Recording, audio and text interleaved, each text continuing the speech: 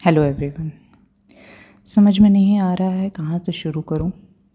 ये चैनल काफ़ी न्यू है एंड बहुत पॉजिटिविटी के साथ स्टार्ट किया था मैंने कि ज़्यादा से ज़्यादा अच्छे वीडियोस से जितना हेल्प कर पाऊँगी उतना करूँगी। एंड क्योंकि काफ़ी लेट हो गया था स्टार्ट करने में, मुझे ये चैनल यूपीएससी प्रीलिम्स को टारगेट करते हुए जितने वीडियोस हो सके मैंने बनाए थे। एंड ये सोचा था कि प्रीलिम्स के बाद और भी अच्छे से वीडियोस बनाऊंगी और भी टारगेटेड वीडियोस लाऊंगी जिससे ज़्यादा से ज़्यादा हेल्प हो पाए। मगर इस साल का पेपर ऐसा आया कि क्या बोलूँ क्या पढ़ाऊँ समझ नहीं आ रहा है। मैं खुद इस फेज़ को पर्सनली बहुत अच्छे से जानती हूँ, कितनी मेहनत सैक्रिफाइसेस लगते हैं। I know all of this very well. And इस साल के पेपर को देख के यही लगा कि बच्चों की 4-5 साल की मेहनत सिर्फ 2 घंटे में हवा हो गई। मुझे बिल्कुल समझ नहीं आ रहा है कि यूपीएससी पेपर बनाना कैसा चाह रही है, क्या एक्सपेक्ट कर रही है वो बच्चों से कि क्या पढ़ें वो। एक क्वेश्चन था कि एक्स यूके में पैदा हुआ था और उसको नोबेल प्राइज़ मिला था 2025 में। वो अमेरिकन यूनिवर्सिटी में प्रोफेसर था जब उसे ये प्राइज़ मिला। आइडेंटिफाई करो एक्स कौन है। मतलब रियली आप इस तरह के सवाल पूछ रहे हो। मतलब ना आपने ये बताया कि एक्स को किस चीज़ में प्राइज़ मिला है, फील्ड क्या है, टेक्नोलॉजी क्या है। मतलब ये सारी चीज़ें इंपॉर्टेंट होती हैं। आप इसको पूछोगे तो हाँ ठीक है वो इम्पॉर्टेंट है, वो बच्चा पढ़ता भी है। मगर आप उनकी बायोग्राफी पूछ रहे हो कि वो कहाँ पैदा हुआ है, कहाँ पे वो पढ़ा है। रियली ये लेवल है आपका अब। ये तो डिफ़िकल्टी के नाम पे आप randomness and illogical questions put up कर रहे हो। मतलब बच्चे 12-12 घंटे पढ़ रहे हैं एंड ये पूछ रहे हो आप। एथिक्स घुसा दे रहे हो बेफालतू के क्वेश्चंस में। प्रीलिम्स के एथिक्स कहाँ से आ गया भाई? सिलेबस में दिया है क्या एथिक्स? एक और क्वेश्चन था क्षेत्र पत्नी वाला, उसके 4 ऑप्शंस दिए हैं आपने एंड किसी ना किसी सोर्स से चारों ही करेक्ट आंसर आ रहे हैं। कहाँ से पढ़ेगा भाई बच्चा? किसी को आप सही मानोगे उसे किससे, मतलब किसे आप सही मानोगे उसको कैसे पता चलेगा कि हाँ आपने ये सही माना है? या तो आप एक काम करो कि सिलेबस ही हटा दो एंड बच्चों को बता दो कि हाँ भाई इस दिन पेपर होने वाला है, सब लोग आ जाइए एंड आपके लक फैक्टर पे तुक्के मारिए, जिसके ज़्यादा सही हो गए उसका सिलेक्शन हो जाएगा। ज़्यादा मेहनत करने की ज़रूरत नहीं है आपको, तो बच्चों को भी ख़राब नहीं लगेगा। सीरियसली मुझे 2-3 दिन लग गए पेपर देख के उसको सिंक इन करने में ही। आई कांट इमेजिन बच्चों को कैसा लग रहा होगा जो पेपर देने गए थे। इससे ज़्यादा तो फिर तो ये होता कि हेड एंड टेल्स करके कॉइन से सिलेक्शन कर लेते, वो ज़्यादा ही फिर भी ठीक लगता प्रोसेस। अगर ये बच्चों की लाइफ से खेलना नहीं हुआ तो क्या है फिर ये? कुछ लोग बोलेंगे कि अभी 10,000 लोग तो होंगे ही सेलेक्ट। अरे वो तो होंगे ही। लाखों लोगों को बोल दो छत से कूद जाएं, उसमें जो 10,000 बचेंगे उन्हें हम सेलेक्ट कर लेंगे तो भी उसमें भी बच जाएंगे। वही प्रोसेस, ऐसा प्रोसेस होना चाहिए क्या? इसका मतलब ये थोड़ी ना है कि ये फेयर था 10,000 लोग सेलेक्ट हो रहे हैं तो। कितने लोगों की फैमिली कंडीशन सही नहीं है, लोगों को मैरिज के प्रेशर, स्पेशली लड़कियों को तमाम प्रॉब्लम्स हैं, फिर भी सब छोड़ के पढ़ाई करना कितना मेहनत का काम है, ये सबको समझ नहीं आएगा।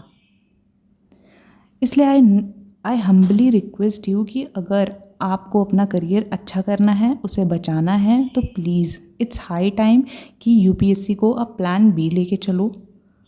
अगर आप इसको सीरियसली 2 अटेम्प्ट्स आपने इसके दे दिए हैं तो प्लीज़ इसको प्लान भी बनाओ, क्योंकि अब जिस तरीके का पेपर आ रहा है ये बिल्कुल भी जायज़ नहीं है कि किसी की मेहनत का इस तरह से मजाक उड़ाया जाए। एंड इसमें भी कुछ महान कोचिंग इंस्टीट्यूट्स हैं जो क्लेम कर रहे हैं हमारे यहाँ से इतना आया है। प्लीज़ भाई बंद कर दो अब। स्टूडेंट्स को बिजनेस बनाना बंद कर दो, उनको लूटना बंद कर दो। थोड़ा तो मॉरल रखो, थोड़ा तो उस फीलिंग को समझो कि कैसा लग रहा होगा उस बच्चे को जिसने इतनी मेहनत की थी। ऐसा करके आप उन बच्चों को बस यही फील करवाओगे कि उनकी मेहनत में कमी है, जबकि उनकी मेहनत में कमी नहीं थी। जिस बच्चे ने 12-12 घंटे पढ़ाई की है उसकी मेहनत में कमी नहीं थी, ये पेपर की प्रॉब्लम थी। आप ऐसा करोगे कि हमारे यहाँ से आया, हमारे यहाँ से आया, तो उसको तो यही लगेगा ना कि मैंने यहाँ से नहीं पढ़ा, मैंने वहाँ से नहीं पढ़ा, मेरी गलती है, इस वजह से मैं फ़ेल हो गया। प्लीज़ थोड़ा एथिक्स रखो एंड फ़िलहाल बंद कर दो ये सब करना। न्यू कोर्सेज़ आ गए हैं बेचने कि हाँ हम अगली बार ये कराएंगे, अगली बार ये इंक्लूड कराएंगे। प्लीज़ अभी के लिए फ़िलहाल बंद कर दो। एंड मैं सारे बच्चों से यही बोलना चाहती हूँ कि देखिए, ये आपकी लाइफ है, आपको पता है आपने कितनी मेहनत की थी। प्लीज़ दूसरों की बातों से इन्फ्लुएंस होने की ज़रूरत नहीं है। अपना दिमाग यूज़ करो एंड खुद के लिए क्या बेहतर रहेगा आगे वो सोचो, क्योंकि धीरे धीरे यूपीएससी का पेपर टफ़ नहीं है। ये प्योरली लक बेस्ड बनता जा रहा है। टफ़ पेपर होता है आईआईटी का, उसमें एक सिलेबस दिया जाता है, आप उसको पढ़ते हो, उसमें से क्वेश्चंस आते हैं, आप वो नहीं सॉल्व कर पाते हो तो आपको रहता है कि हाँ भाई टफ़ था पेपर। यहाँ पे सिलेबस में जो दिया हुआ है वो पूछा गया क्या? उसमें से तो कुछ भी नहीं पूछा गया। तो आप एनालाइज भी कहाँ से कर पाओगे ना? आप घर पे आकर के भी उसको देखोगे कि हाँ भाई अभी मैं यहाँ से पढ़ लूँ, वहाँ से पढ़ लूँ, आप नहीं पढ़ पाओगे। आपको कोई सोर्स ही नहीं समझ में आएगा, पढ़ना है कहाँ से। सो प्लीज़ यूपीएससी को सब कुछ मान लेना, उसे भगवान बना लेना, आप सब छोड़ दो। उससे बाहर भी बहुत अच्छी दुनिया है, बहुत और सारी चीज़ें हैं करने के लिए। सीजीएल की तैयारी कर सकते हो आप, बैंक की करो, स्टेट पीसीएस करो, स्किल्स डेवलप कर लो, जैसे कि एआई के स्किल्स हो गए, एक्सेल के स्किल्स हो गए। आप हायर स्टडीज़ करो, प्रोफेशनल कोर्सेज कर लो, जैसे एमबीए कर लो, एलएलबी कर लो, नेट का एग्ज़ाम दे लो, टीचर बन जाओ भाई, बहुत ऑप्शंस हैं। बट प्लीज़ अपने यूथफुल टाइम को इसमें वेस्ट मत करो। सिर्फ एक बार एक सिक्योरिटी ले आओ करियर में एंड फिर टेंशन फ्री हो कि यूपीएससी का एग्ज़ाम दो, ताकि ये ना हो कि भाई यूपीएससी नहीं हुआ तो कुछ भी नहीं कर पाएंगे लाइफ में।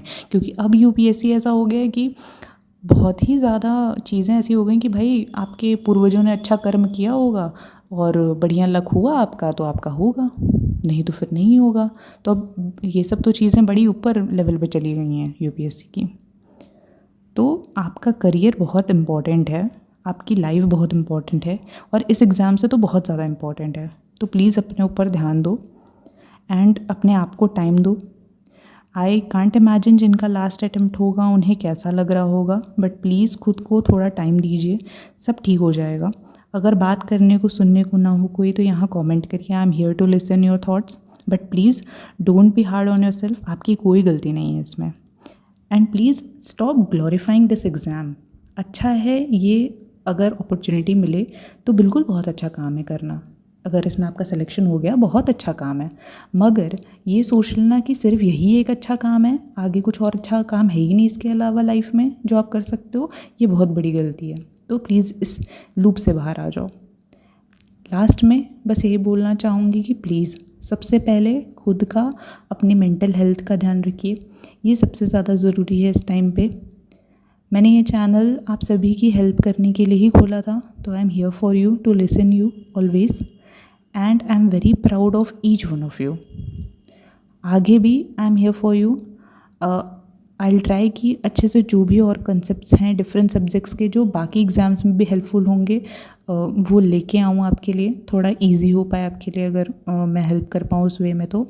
बट ये अभी भी मैं यही कहूँगी, ये सबसे पहले अभी के लिए just take a break, heal yourself first and please सबसे पहले अपने बारे में सोचो एंड बाकी चीज़ें हो जाएंगी अपने आप धीरे धीरे। Just relax, breathe, this shall pass to.